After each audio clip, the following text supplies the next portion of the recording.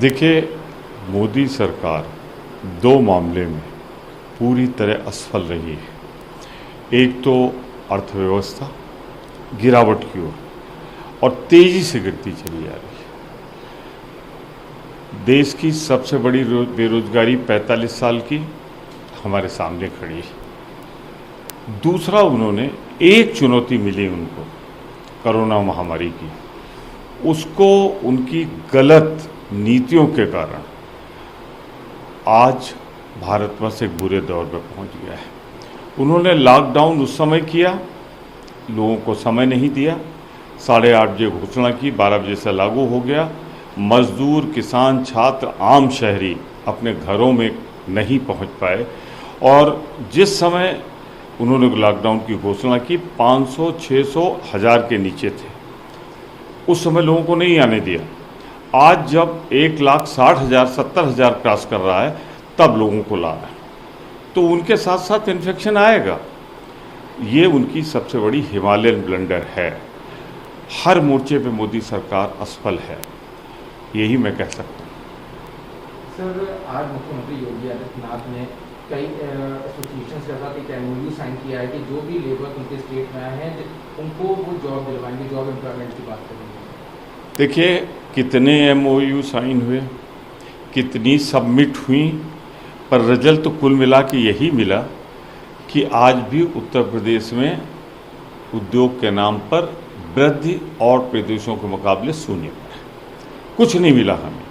अब MOU sign किया, हमें इंतजार करना चाहिए। एक एस्टीमेट के मुताबिक 26 लाख मजदूर आ रहे हैं जो दूसरी जगहों पे थे। इसका एक इलाज है, ये मनरेगा 200 दिन कर दी जाए, क्योंकि उसमें बहुत अनस्किल्ड लेबर है, और 7,500 रुपये प्रति माह किसानों को, बेरोजगार नौजवानों को दिया जाए, जिससे कि दोनों वक्त का चूल्हा जल सके घर में। आज वक्त की सबसे बड़ी ज़रूरत वही है। सर, GDP का स्टैटिक आया है फाइनेंशियल ईयर 2020 की, उसमें एक शार्प डिक्लाइन देखा गया है, जिसको कहा गया है कि कोविड-19 की वजह से ये बार GDP में ऐसा डिक्लाइन हुआ है। कोविड-19 तो 19 में आया, भारत में 20 में आया।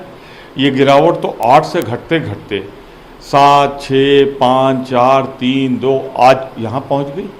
और ये तब है जब 2014 के पहले मानक बदल दिए गए। अगर UPA सरकार, कांग्रेस सरकार के मानक होते तो आज हिंदुस्तान की GDP 0 के आसपास होती। तो ये तो गणना बदल के ये बुरे हालात में है। सिर्फ महामारी को दोष देना ठीक नहीं है। महामारी के पहले नोटबंदी, GST और मोदी की गलत आर्थिक नीतियां इस देश की आर्थिक तबाही और बर्बादी के लिए जिम्मेदार है। सर, तो रेलवे के चेयरमैन ने अपने बयान में कहा कि अब तक रेलवे ने 52 लाख श्रमिकों को उनके गंतव्य तक पहुंचाया है श्रमिक स्पेशल ट्रेन से, जो कि बहुत बड़ी उपलब्धि है। मैं मानता हूं कि इस पूरे सहायता में सबसे बड़ा कलंक अगर कोई रहा है तो रेल विभाग रहा है। रेल विभाग की ट्रेनें, आज एक ट्रेन है वो चली थी गुजरात से महाराष्ट्र होते हुए छपरा के लिए, 4 दिन के बाद 5वें दिन पहुंची है और 5 दिनों में एक बार खाना दिया गया है, 1 बोतल पानी दिया गया है। ज़्यादातर ट्रेनें 30 घंटे 40 घंटे लेट चल रही हैं, 3-3, 4-4 दिन में अपने गंतव्य तक पहुंच रही हैं, जबकि वहां पहुंचने में उनको 1 दिन लगना चाहिए था। तो मैं समझ नहीं पा रहा हूं कि जब रेगुलर ट्रेनें नहीं चल रही, ट्रैक खाली है, तो इसे बदइंतजामी के अलावा मैं क्या कहूँ।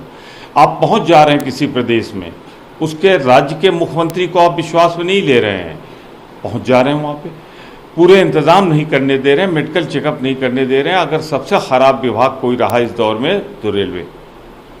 सर, गोवा के मंत्री मिशेल लोबो ने कहा है, अपने चीफ मिनिस्टर से अर्ज किया है कि महाराष्ट्र के लोगों की एंट्री बैन कर दी जाए गोवा में, क्योंकि इससे पहले गोवा ग्रीन जोन था और महाराष्ट्र की बैन कर दिया, क्योंकि महाराष्ट्र में केसेस बहुत होते, लेकिन और भी स्टेट से जहाँ पे केसेस बढ़े, लेकिन उनकी बात नहीं करेंगे, सिर्फ और सिर्फ महाराष्ट्र की बात करेंगे। देखिए, गोवा में भाजपा की सरकार है, भाजपा ये कसक भूल नहीं पा रही है जो महाराष्ट्र में उन्हें उठानी पड़ी, सरकार नहीं बनी। तो ये एक राजनीतिक ये भी बदले की भावना हो सकती है, लेकिन हर राज्य को अधिकार है कि अपने यहाँ आने वाले का मेडिकल चेकअप करे, प्रोटोकॉल का पालन करे और आने दे। अगर नहीं आने देंगे तो गोवा करे क्या? अगर पर्यटक नहीं आएंगे तो गोवा के पास है क्या? तो आना तो पड़ेगा, लेकिन मेडिकल प्रोटोकॉल का पालन करें।